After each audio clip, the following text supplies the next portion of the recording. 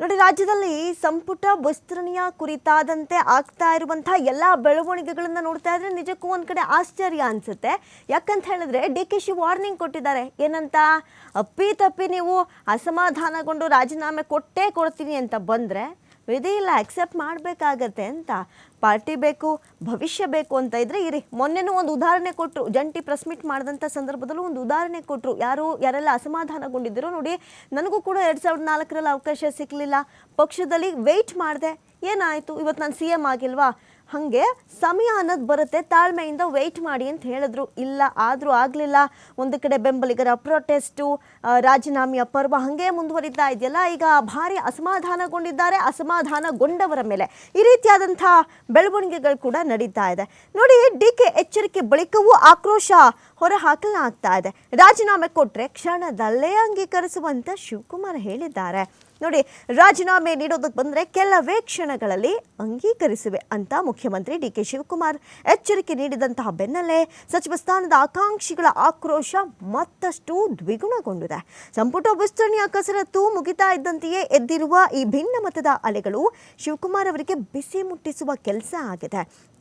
ಜೊತೆಗೆ ಸಚಿವ ಸ್ಥಾನ ಸಿಗದ ಶಾಸಕರು ಬಹಿರಂಗವಾಗಿ ಆಕ್ರೋಶವನ್ನು ವ್ಯಕ್ತಪಡಿಸಿದ್ರೆ ಬೆಂಬಲಿಗರು ಬೀದಿಗಿಳಿದಿದ್ದಾರೆ. ಅತೃಪ್ತರು ಬಂಡಾಯದ ಬಾವುಟವನ್ನೇ ಆರಿಸೋದಕ್ಕೆ ಮುಂದಾಗಿದ್ದಾರೆ. ರಾಜೀನಾಮೆಯ ಬೆದರಿಕೆ ಒಡ್ಡಿದ ಶಾಸಕರಿಗೆ ಎಚ್ಚರಿಕೆ ನೀಡಿರುವ DK ಅಂಥವರನ್ನ ಯಾರೂ ತಡೆಯೋಕ್ಕಾಗೋದಿಲ್ಲ. ಜೊತೆಗೆ ಈ ಅಪ್ಪಿತಪ್ಪಿ ಹಂಗಾದರೂ ಕೂಡ ರಾಜೀನಾಮೆ ಕೊಡೋದಕ್ಕೆ ಬಂದರೆ ವಿಧಿ ಇಲ್ಲ, ಆಕ್ಸೆಪ್ಟ್ ಮಾಡ್ತೀವಿ, ಕೆಲವೇ ಕ್ಷಣಗಳಲ್ಲಿ ಅಂಗೀಕರಿಸ್ತೇನೆ ಅಂತ ಹೇಳಿದ್ರು. ಅಲ್ಲದೆ ತಮ್ಮ ಆಪ್ತರನ್ನ ಮುಂದೆ ಬಿಟ್ಟು ಕೆಲವರ ಮನವೊಲಿಸುವ ಯತ್ನವನ್ನೂ ನಡೆಸಿದ್ರು. ಸಾಗರ ಶಾಸಕ ಬೇಳೂರು ಗೋಪಾಲಕೃಷ್ಣ ರಾಜೀನಾಮೆ ನಿರ್ಧಾರದಿಂದ ಹಿಂದೆ ಸರಿದಿದ್ರೆ ಇನ್ನು ಕೆಲವು ಶಾಸಕರು ಅಸಹನೆಯನ್ನ ಹೊರಹಾಕಿದಂತಹ ಪ್ರಸಂಗಗಳು ಕೂಡ ಜರುಗಿತು. ಇನ್ನು ಮುಖ್ಯಮಂತ್ರಿ ಮಾತಿಗೆ ಕೆರಳಿದ ಚಿಂತಾಮಣಿ ಶಾಸಕ MC ಸುಧಾಕರ್, ಅದು ಅವ್ರ ಶೈಲಿ, ಪಕ್ಷದ B ಫಾರ್ಮ್ ಇಟ್ಕೊಂಡು ಮಾತ್ರ ಗೆದ್ದಿಲ್ಲ, ವೈಯಕ್ತಿಕ ವರ್ಚಸ್ಸಿನ ಮೇಲೂ ಗೆದ್ದಿದ್ದೇವೆ ಅಂತ ತಿರುಗೇಟ್ ಕೊಟ್ಟಿದ್ದಾರೆ. ಇಲ್ಲಿ ಪಕ್ಷ ಏನು B ಫಾರ್ಮ್ ಕೊಟ್ಬಿಡ್ತು, ಅದರ ಆಧಾರದ ಮೇಲೆ ನಾವು ಗೆದ್ದಿಲ್ಲ, ನಾವು ನಮ್ಮ ಕ್ಷೇತ್ರದಲ್ಲಿ ಹಿಡಿತವನ್ನು ಇಟ್ಕೊಂಡಿದ್ದೀವಿ, ಹಿಡಿತವನ್ನು ಸಾಧಿಸಿದ್ದೀವಿ, ನಮಗೆ ನಮ್ಮದೇ ಆದಂತಹ ವರ್ಚಸ್ಸಿದೆ, ಜನ ಬೆಂಬಲ ಇದೆ, ಅದರಿಂದಲೂ ಗೆದ್ದಿದ್ದೀವಿ, ಅದನ್ನ ನೆನಪಲ್ಲಿ ಇಟ್ಕೋಬೇಕು ಅನ್ನುವಂಥ ಅರ್ಥದಲ್ಲೂ ಕೂಡ ಮಾತನಾಡಿದ್ರು. ಇನ್ನು KPCC ಕಚೇರಿ ಮುಂದೆ ನಿನ್ನೆ ಬೆಳಗ್ಗೆ ಜಮಾಯಿಸಿದ ಗಾಂಧಿನಗರ ಕ್ಷೇತ್ರದ ಶಾಸಕ ದಿನೇಶ್ ಗುಂಡೂರಾವ್, ವಿಜಯನಗರ ಶಾಸಕ M ಕೃಷ್ಣಪ್ಪ, ಅವರ ಪುತ್ರ ಗೋವಿಂದರಾಜನಗರ ಕ್ಷೇತ್ರದ ಪ್ರಿಯಾ ಕೃಷ್ಣ ಬೆಂಬಲಿಗರು ಮಾತ್ರ ದೊಡ್ಡ ಮಟ್ಟದಲ್ಲಿ ಪ್ರೊಟೆಸ್ಟ್ ಅನ್ನು ನಡೆಸಿದ್ರು. ಕಣ್ಣಿಗೆ ಕಪ್ಪು ಪಟ್ಟಿಯನ್ನು ಧರಿಸಿದ್ರು, ತಲೆಗೆ ಕಪ್ಪು ಪಟ್ಟಿಯನ್ನು ಧರಿಸ್ಕೊಂಡು ಬೀದಿಗಿಳಿದು ಹೋರಾಟ ಮಾಡಿದ್ರು. 600 ಜನ ಏನಿಲ್ಲ ಅಂದ್ರೆ 600-700 ಜನ ಕಾರ್ಯಕರ್ತರಿದ್ದೀವಿ, ನಾವೆಲ್ಲರೂ ಕೂಡ ರಾಜೀನಾಮೆ ಬಹಿರಂಗವಾಗಿ ಸಾಮೂಹಿಕವಾಗಿ ಕೊಡ್ತೀವಿ ಅನ್ನುವಂಥ ಬೆದರಿಕೆಗಳನ್ನು ಒಡ್ಡಿದ್ರು. ಜೊತೆಗೆ ಭಾರಿನೇ ಅಸಮಾಧಾನಗೊಂಡಿದ್ರು. ತಮ್ಮ ಸ್ವಂತ ಖರ್ಚಿನಲ್ಲಿ ಕ್ಷೇತ್ರದ ಅಭಿವೃದ್ಧಿ ಮಾಡ್ತಾ ಇದ್ದಾರೆ, ಅನುದಾನ ಮಾಡ್ತಾ ಇದ್ದಾರೆ, ಅಂಥವ್ರು ಕೊಡೋದು ಬಿಟ್ಟು ಅದರಲ್ಲೂ ಪಕ್ಷ ವಿರೋಧಿ ಚಟುವಟಿಕೆ ನಡೆಸಿದವರು ಕೊಟ್ರಿ, ಪಕ್ಷದಲ್ಲಿ ನಿಷ್ಠಾವಂತರು ಕೊಡಲಿಲ್ಲ ಅನ್ನುವಂಥ ಆರೋಪವನ್ನು ಮಾಡಿದ್ರು. ಇನ್ನು ಈ ಸಂದರ್ಭದಲ್ಲೂ ಕೂಡ ತಮ್ಮ ನಾಯಕರನ್ನ ಸಂಪುಟಕ್ಕೆ ಪರಿಗಣಿಸಿಲ್ಲ ಅಂತ ರಂಪಾಟ ಮಾಡಿದ್ರು. ಜೊತೆಗೆ ಪಕ್ಷದ ಹಿರಿಯ ನಾಯಕರ ವಿರುದ್ಧ ಅಧಿಕಾರ ಕೂಗಿದ್ರು, ಕಚೇರಿಯ ಒಳಗೆ ನುಗ್ಗೋದಕ್ಕೆ ಯತ್ನಿಸಿದ್ರು. KPCC ಅಧ್ಯಕ್ಷ BK ಹರಿಪ್ರಸಾದ್ ಮುಂದೆ ತಮ್ಮ ಅಳಲನ್ನು ಕೂಡ ತೋಡ್ಕೊಂಡ್ರು. ಹಿಂಗಾಗಿದೆ, ಇದಕ್ಕೆ ಪರಿಹಾರ ಬೇಕು, ಏನಾಗುತ್ತೋ ಬಿಡುತ್ತೋ ಗೊತ್ತಿಲ್ಲ, ನಮ್ಮವರು ಸಂಪುಟಕ್ಕೆ ಸೇರಲೇಬೇಕು, ನಮ್ಮ ಶಾಸಕರು ಸಂಪುಟಕ್ಕೆ ಸೇರಲೇಬೇಕು ಅಂತ ಪಟ್ಟು ಹಿಡಿದು ಕುಳಿತರು. ಅವ್ರನ್ನ ಸಮಾಧಾನ ಪಡಿಸುವಂತಹ ರೀತಿ ನೀತಿ ಅಷ್ಟು ಸುಲಭದ ಮಾತಾಗಿರಲಿಲ್ಲ. ಪೊಲೀಸ್ ಇದ್ರು ಸ್ಥಳದಲ್ಲಿ, ಬಹಳಷ್ಟು ಕನ್ವಿನ್ಸ್ ಮಾಡುವಂಥ ಎಲ್ಲ ಕೆಲಸಗಳಾದರೂ ಕೂಡ ಕಾರ್ಯಕರ್ತರನ್ನ ಸಮಾಧಾನ ಮಾಡುವಂಥದ್ದು ಅಥವಾ ಬೆಂಬಲಿಗರನ್ನ ಸಮಾಧಾನ ಮಾಡುವಂಥದ್ದು ಈಸಿ ಟಾಸ್ಕ್ಗೆ ಆಗಿರಲಿಲ್ಲ.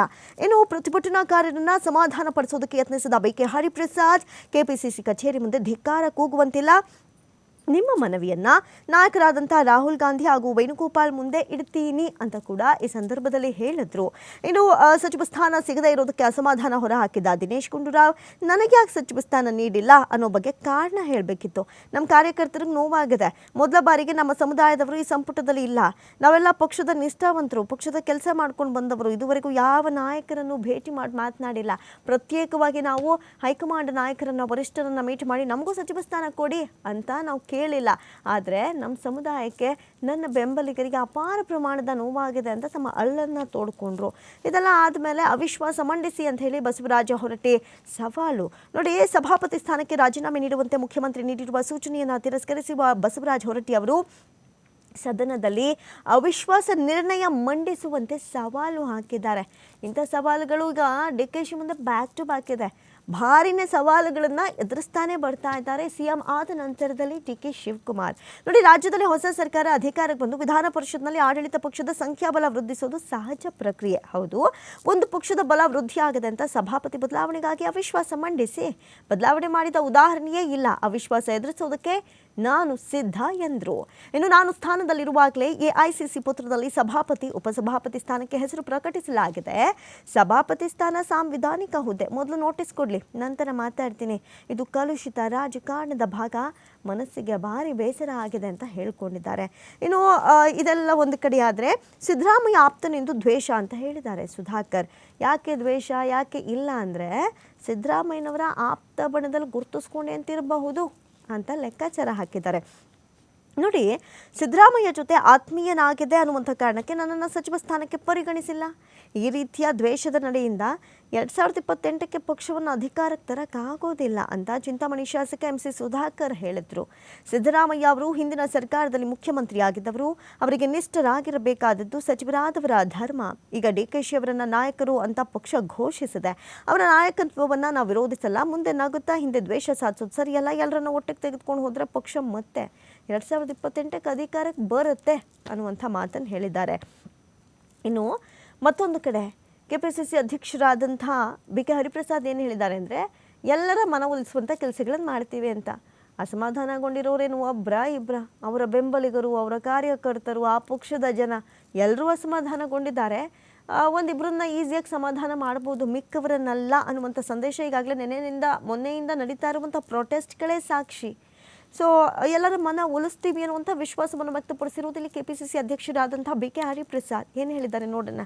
ಸಚಿವ ಸ್ಥಾನ ಸಿಗದೆ ಅಸಮಾಧಾನಗೊಂಡಿರುವ ಎಲ್ಲರ ಮನವನ್ನು ಒಪ್ಪಿಸ್ತೇವೆ ಅಂತ KPCC ಅಧ್ಯಕ್ಷ BK ಹರಿಪ್ರಸಾದ್ ಹೇಳಿದರು.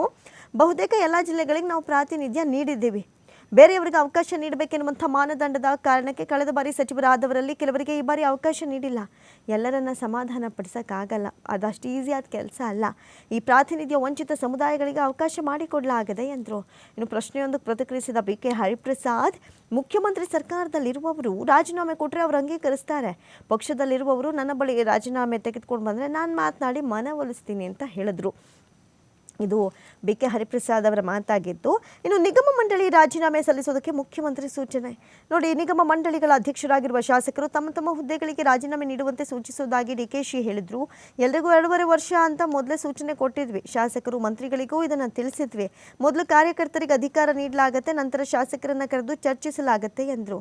ತಾಳ್ಮೆಯಿಂದಿರಬೇಕು, ರಾಜಕೀಯ ಭವಿಷ್ಯ ಬೇಕು ಅಂದರೆ ಪಕ್ಷ ಮುಖ್ಯ ಅಂತ ಅವರು ಅಸಮಾಧಾನಗೊಂಡವರಿಗೆ ಕಿವಿ ಮಾತು ಹೇಳಬೇಕಾದಂಥ ಅನಿವಾರ್ಯ ಇದೆ, ಹಾಗಾಗಿ ಹೇಳಿದರು.